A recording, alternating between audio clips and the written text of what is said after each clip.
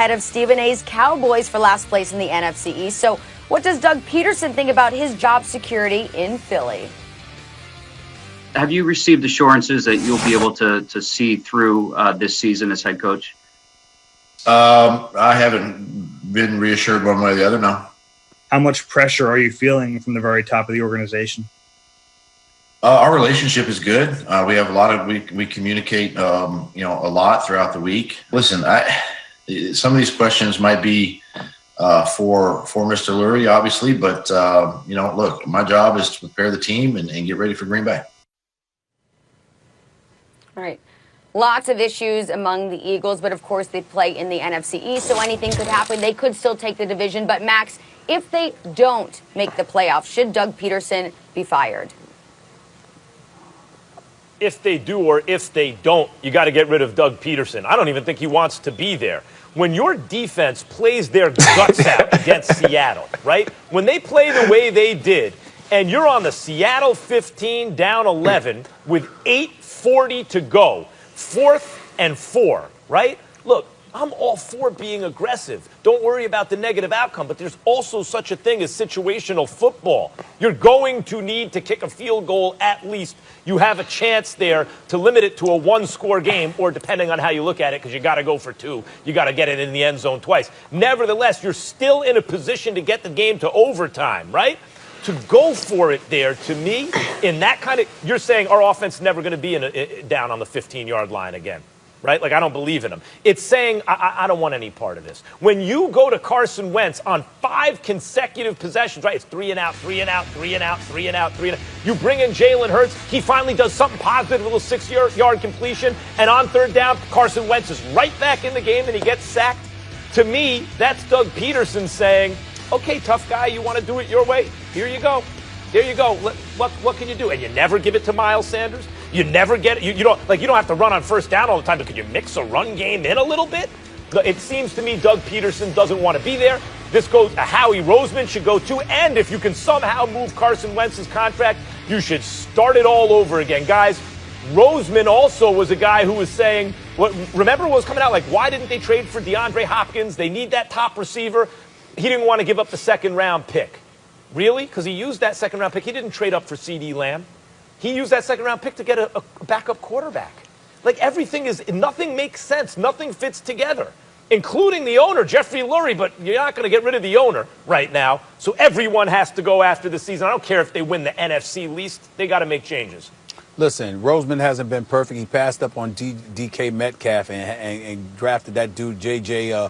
Whiteside or Sega, whatever the hell his name is. See, I don't know because I don't care because he's irrelevant. Ortega Whiteside. Yeah, that's exactly all right. We understand that, okay? But let's get that out of the way. But I'm going to tell you, I respectfully disagree. I don't disagree with your takes, Max, just your ultimate conclusion. I'm not giving up on a 28-year-old Carson Wentz who showed me just 3 years ago that he could be great. I think that can be rectified, and I think that ultimately it will be rectified. I think Pederson's tenure in Philadelphia should be contingent on what level of progress we see from Carson Wentz moving forward with these last 5 or 6 games or so. And from there, you make a decision. And I don't need to get rid of Howie Roseman either. He just delivered me a Super Bowl a few years ago, obviously succeeded in the Chip Kelly era. They screwed him over by giving the power to Chip Kelly. They should have never compromised themselves to begin with, but give them credit for making amends and making that correction and then ultimately getting back to giving Howie Roseman some control. And let me speak to this. Ryan Clark, you might know this. I know Max does, but you may know this too.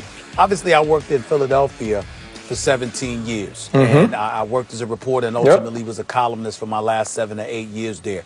I haven't spoken to Jeffrey Lurie in a while, but when I was there, I had a very good relationship with him, and I'm very, very fond of him. I have profound respect for this man. He's been an owner of the Philadelphia, the chairman and the boss and the CEO for the Philadelphia Eagles since 1994. In that span, the man has been to the postseason 15 times. In that span, he's been to 6 conference finals. In that span, he's been to 2 Super Bowls, and he's got a Super Bowl championship. And one of the things that he doesn't do is he doesn't just lollygag around and say, I got you for 5 years, so you got a 5-year contract. He will make the changes that are necessary. I believe in him in that regard. And if what you're saying is correct, Max, in terms of Doug Pederson, he doesn't even want to be there. He said, all right, you don't want to listen, you don't want to do it, all right, go and do it your way. But that's negligence on Doug Pederson's part. You're the head coach. I know for a fact that Jeffrey Lurie is the kind of man, if he hired you to be the head coach, he's going to let you be the head coach. He's going to let you coach your team. So if you've decided I'm going to acquiesce, I didn't say changes in personnel, Max. What I'm saying is if they come to you and they say to you, we want to keep this guy, owner Jeffrey Lurie, pay them, then he's going to let you do that if he elects to pay the dude. Okay? So it's incumbent upon you to cultivate that relationship. And if you haven't done that, then there's a negligence of duty on the part of Pederson. I can't blame Jeffrey Lurie for that. I can't even blame Howie Roseman for that unless Pederson said, I don't want Wentz, and they signed him to that money anyway. That's different.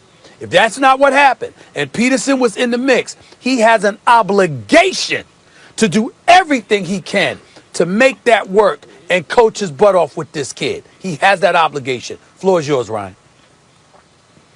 Yeah, I don't think Doug Pederson should be fired. And you know, we live in this culture that if you have a bad year or if things are going bad, if you have Lane Johnson out, if Jason Peters is hurt, if at one point all you had was Kelsey healthy on the front line, that you think everything should go well. And then you lose Miles Sanders for a while. Obviously, Jalen Reagor is out, Deshaun Jackson. Like, you have all these things. And these are not excuses as to why this team should be bad or why it's okay for them to be bad. But it also, you have to look at 2017, you win the Super Bowl, right? 2018, you're a bounce pass off of Alshon Jeffrey's chest from being in the NFC Championship. The next year, with backups, with practice squad guys, with AAF guys, you make it to the playoffs. You win the NFC East, and you have an opportunity to beat the Seattle Seahawks, but Carson Wentz gets hit by Jadeveon Clowney in the first. And so, like, you have all these things happen, and you say, okay, Doug, we trusted you to this point. You've gotten us to this point. You've been in the playoffs 3 of the last 4 years. You don't just throw that away. And now, do I think he's mishandling this team this year? Do I think he's mishandling this situation that's going on at the quarterback position? Yes. But who comes in and takes this over? This team is going to be cap-strapped. This team is going to be trying to figure some things out. I believe he gets another year to work with Carson Wentz to see if they can figure this thing out together. Because what we said at the beginning of the season was this quarterback and this coach should be able to figure it out. They should be able to be good the way they were down the stretch of 2019, even though I know Max didn't think that. So we can't just throw this all away because of this year. Guys, the problem is Carson Wentz has fallen off this year. When I talked about Brady's cliff, what I meant was he's doing great, all of a sudden off the cliff. He didn't do that. It was steady decline. Carson Wentz did that. Carson Wentz fell off a cliff this year compared to, and really it started the middle of last year, compared to the 3 previous seasons, like Brett Favre and Peyton Manning. In fact, those numbers just came out. Like completion percentage, everything fell off a cliff. As only 5 or 6 quarterbacks in the history of the NFL have fallen off after the previous 3 seasons, right? Something's really wrong. And don't blame the offensive line. Everyone's making excuses. In fact, ESPN Analytics, updated, by the way, through last night's game, say that the Eagles' win on the offensive line, their win rate, is 60%, which places them 12th in the league. That's almost an upper third win rate, but certainly it's over average. So it's not the offensive line. They're actually getting better than average play and protection for Wentz. I'm not saying that's a reason. But he won't run Pederson's offense. He wouldn't do it. Everyone's like, well, Nick Foles, Pederson simplified things for Nick Foles. Well, Nick Foles would run the offense. Wentz does his thing. That's why when he comes out at the press conference and says, that's just the way we do things around here, that's a dude who feels like he has a lot of juice in the organization. And Stephen A., maybe the head coach feels like, what am I supposed to do? This dude can do it and get away with it. Well, again, if you're sitting there, let me ask you this question, Max. Are you reporting that or are you guessing? Has sources told you that Carson Wentz? What have they told you? I won't report it.